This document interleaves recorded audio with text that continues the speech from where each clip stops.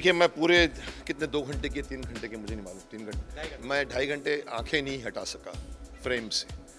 इतनी इंड्रॉसिंग बात है, परफॉर्मेंस सुपर्ब है और मैं तारीफ़ करना चाहूँगा विवेक अग्निहोत्री का, जिसने 30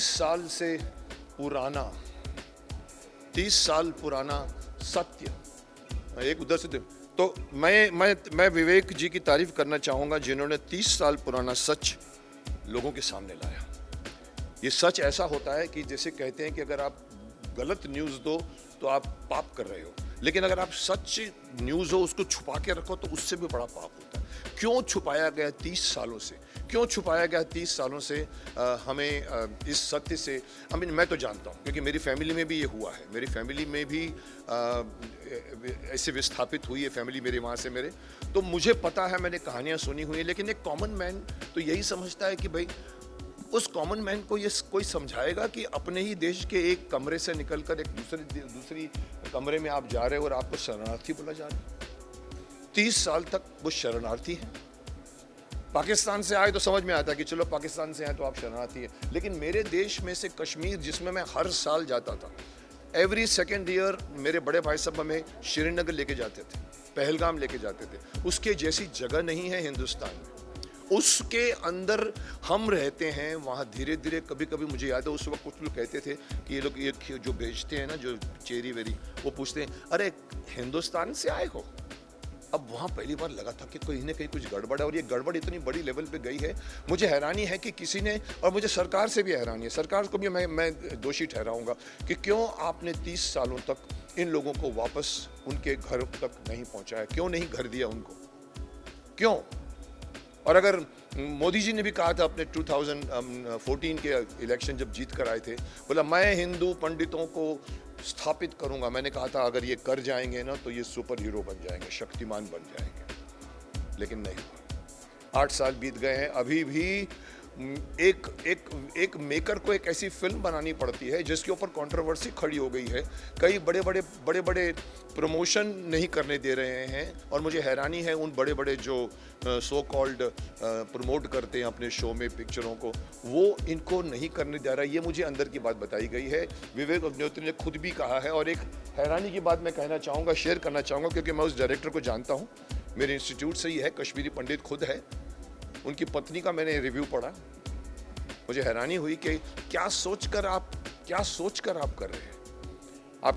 आपको समझ में नहीं आ रही कि ये सच हर शख्स तक पहुंचना चाहिए। तो मुझे हैरानी है कि भाई ये क्यों नहीं इसको, और इसीलिए ये खुशी है कि आ गई। तो मैं ये कह रहा था कि you have to understand that this news has to reach every, और टैक्स फ्री हो रहा है।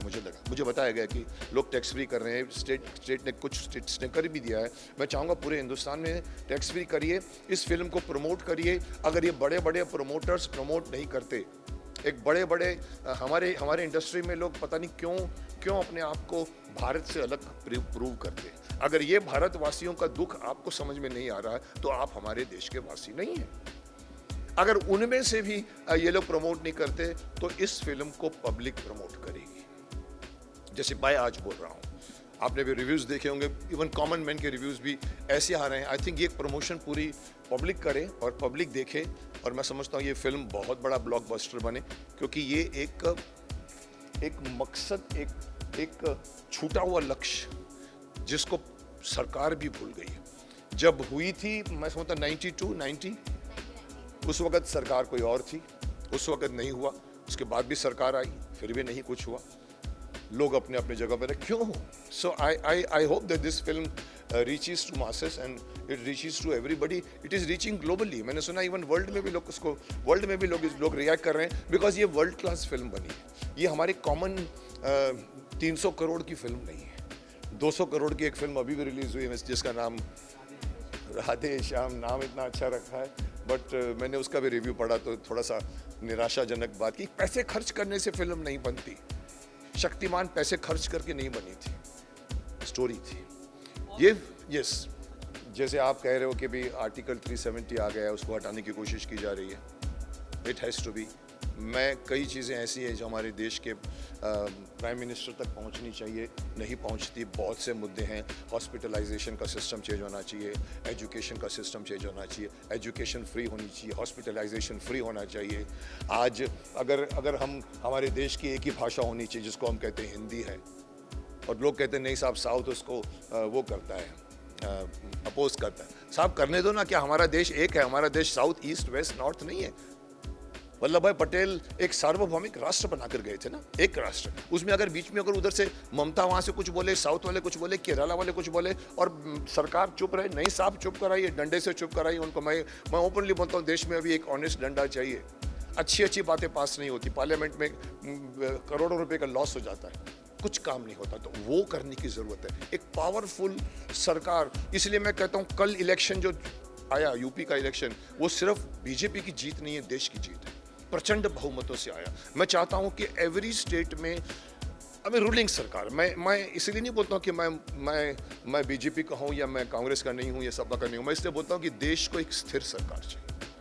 75% जब तक मेजोरिटी लेके वोट नहीं आएगी तब तक देश का कुछ नहीं होगा, यही होता रहेगा। वो उधर से वो खींचेगा, उधर से करेगा। सो आप पूछते क्या होना चाहिए? मैं समझता हूँ एक ऑनेस्ट डंडा होना चाहिए देश में जो असली बातों को ठीक करे। जी सर, देखिए धार्मिक मामले इतने हैं कि भड़काने में टाइम नहीं लगता। ये पॉलिटिक्स और ये राजनीतिज्ञ हैं जिनका माफ करना एक ही धर्म है, कैसे जीता जाए। ऑपोजिशन चाहती है कि मैं टांग मार के जो शासन कर रहा है उसको गिरा दूं और फिर बैठ जाऊं। करोगे क्या आप? हमने भी आपकी हिस्ट्री देखी हुई है। सो आप जो अच्छे काम है उसकी प्रशंसा कीजिए, बुरे काम को आप बुरा ही करिए, लेकिन यहाँ 100% बातों को आप बुरा बोलोगे तो लगेगा कि आपके मन में खोट है। तो ये हिजाब का केस हो या कोई भी केस हो, ऐसा टू द मेन पॉइंट ठीक है, लेकिन जब ये पार्टी पकड़ती है, वो पार्टी पकड़ती है और फिर जब झगड़ा करती है ना, तो वो मसला साइड में रह जाता है और सीटें गिनने की बात में आ जाती है।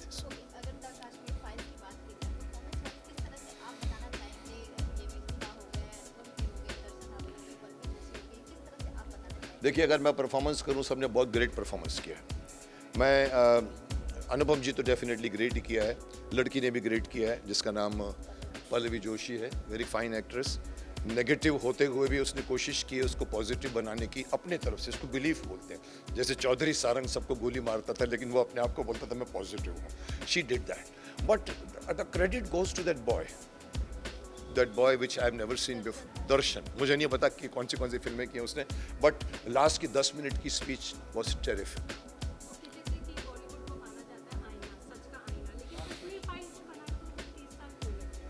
सर देखिए बहन जी, आपको एक बात बताऊं, एक ज़माना था जब 2 बीघा ज़मीन बनती थी, गुमराह बनती थी, दहेज के ऊपर फिल्म बनती थी, और हम कहते थे फिल्में जो हैं वो समाज का आईना है। आजकल फिल्में एक प्लेटफॉर्म हो गई है लोगों को बिगाड़ने के लिए, अपनी बात कहने के लिए।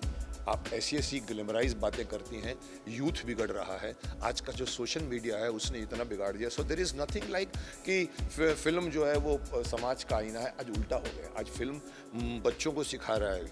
ऐसी ऐड बनती है जहाँ कहते हैं दूर दूर बैठो, नज़दीक मत बैठो, हमारा एक जुड़ा परिवार को तोड़ते। So there is something wrong going somewhere where you need to have censor on the advertisements also, censor on.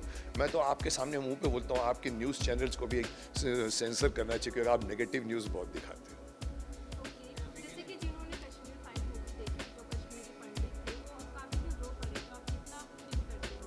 मैं कश्मीरी नहीं हूँ, मैं हिंदुस्तानी हूँ, और हिंदुस्तानी के हिसाब से मेरा दिल बहुत टच किया है। मेरे घर में एक मेरे भतीजे की वाइफ वहाँ से श्रीनगर से उनके परिवार को भागा है, तो मुझे रियलिटी मालूम है। आंसू आए नहीं बट अप्रिसिएशन मेरे को बहुत आया। एक चीज़ में तालियां बजी थी लास्ट में जो फिल्म की, उसमें मेरी भी एक ताली थी। So definitely film is Vivek Agnihotri has done and शिद्दत से फिल्म बनाई है। ये फिल्म इतनी आसानी से नहीं बनी है। ये फिल्म के एक शॉट्स आप देखिए, शूट करने को बहुत टाइम लगा होगा, और ये एक ने उठाया है, तो मैं उसको कहूँगा विजयी भाव। और ये फिल्म सब तक पहुंचनी चाहिए, और ये कश्मीरियों को इज़्ज़त के साथ में श्रीनगर लाके जाना चाहिए। मिलिट्री के टैंक्स खड़े कर दो सामने और उनको प्रोटेक्शन दो। I hope this film is a start.